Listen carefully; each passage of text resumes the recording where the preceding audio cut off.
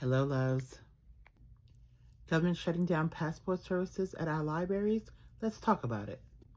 The U.S. State Department has ordered nonprofit libraries across the country to stop processing passport applications.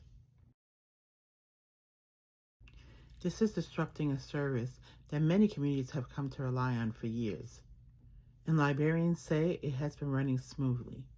The order started going out late fall to nonprofit libraries, telling them that they're no longer allowed to be part of the official Passport Acceptance Facility program. The State Department says that federal law clearly bans non-government organizations from collecting and keeping the fees for passport applications. That means nonprofit public libraries are being cut out. While government-run libraries, post offices, and other government-run offices can continue to do passports. The agency won't say exactly how many libraries are affected, but claims that ineligible libraries are less than 1%. Of the more than 7,500 passport acceptance locations nationwide, they also say that 99% of the U.S. population lives within 20 miles of some kind of passport facility, like a post office, a county clerk's office, or a government-run library. Librarians say that the impact is much greater than the 1% that they claim. Around 15% of all public libraries, depending how many offer passport services. In some states, a big share of public libraries are nonprofits, such as Pennsylvania, it's 85%. Maine is 56%, Rhode Island is 54%, New York is 47%, Connecticut is 46%. One example is the Otis Library in Norwich, Connecticut, which offered passport services for 18 years and is being forced to stop now. The director says they still get daily calls from people asking for passport help because the community was so used to going there.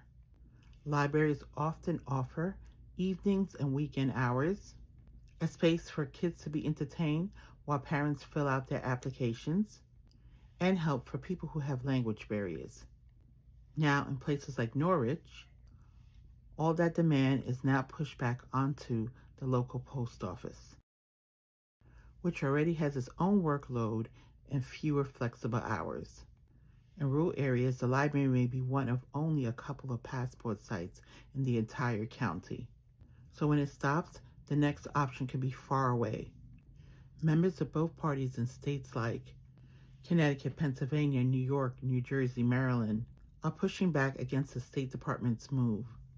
They sent a letter to Secretary of State Marco Rubio asking him to keep the library program going while Congress works on a permanent solution. Lawmakers warn with passport demands rising, especially Real ID rules and possible new voting ID requirements, making passports harder to get will hit working families and rural residents the hardest.